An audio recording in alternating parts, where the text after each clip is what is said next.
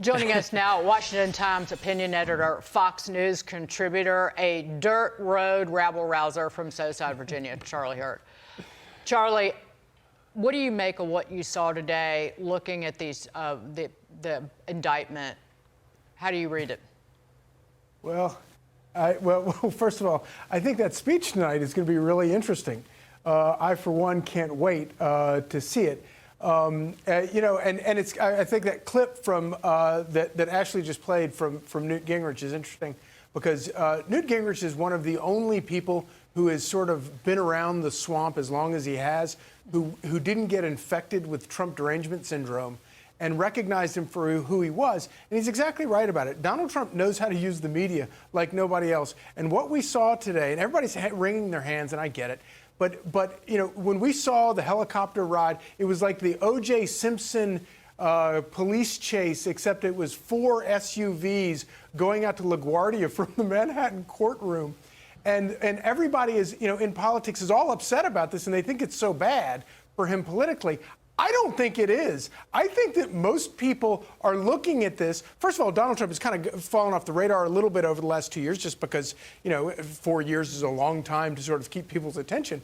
But I think he commands this moment in a way that nobody expected. And all of the same people who today are saying this is going to destroy him were, whatever it was, 7 years ago, saying the exact same thing. Every time something bad would happen to Trump, they'd be like, well, it's over now. And so I think people I think they're biased about it. First of all, they're wishing that he would go away, but they're also they don't have a good track record with this. It's appalling what we saw today. This is a terrible time for our country. The country is broken, but Donald Trump, his entire campaign has always been, the country is broken, and I'm going to try to fix it, and these corrupt people will never fix it. And so I think that it's a bad day for the country, but in terms of raw politics, I think it's a good day for Donald Trump. Well, talking about politics, I want to talk to you about a really crisp response we got from one Joe Biden, or a non-answer, when he was asked by reporters about Trump's indictment. Like a wet chip. Watch this. Is the indictment of your predecessor politically divisive?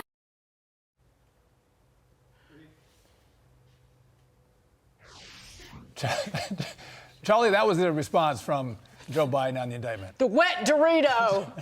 Yeah.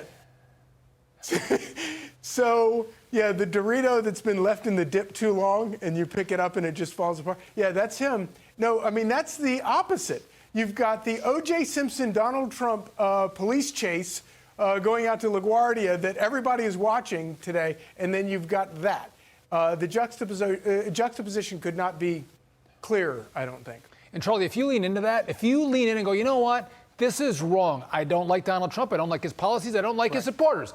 But what they're doing to him for an accounting error in New York City, I'm opposed to that. I stand with Donald Trump and against Alvin Bragg. He would get so much love from even Republicans and independents. He might actually have a shot at getting reelected, but that's not the course he took, Charlie. Well, indeed. You know, it's I walked into a store on Main Street in Chatham, and I was talking to a storekeeper who kind of goes back and forth, hates Trump half the time, probably is open to it. But when I walked into his store the other day, he's wearing a Make America Great Again cap because he's so pissed off that this is what these people are doing. And people see through it, and I think even Democrats see through it. Yeah, speaking of Democrat voters, I should say. Yeah, speaking of damp Doritos, maybe Glenn Youngkin, the governor of our home state, will jump into the fray and try and run for the nomination. Good luck with that, Glenn. Here's another wet Dorito. Okay. Thank you, Charlie. Appreciate it.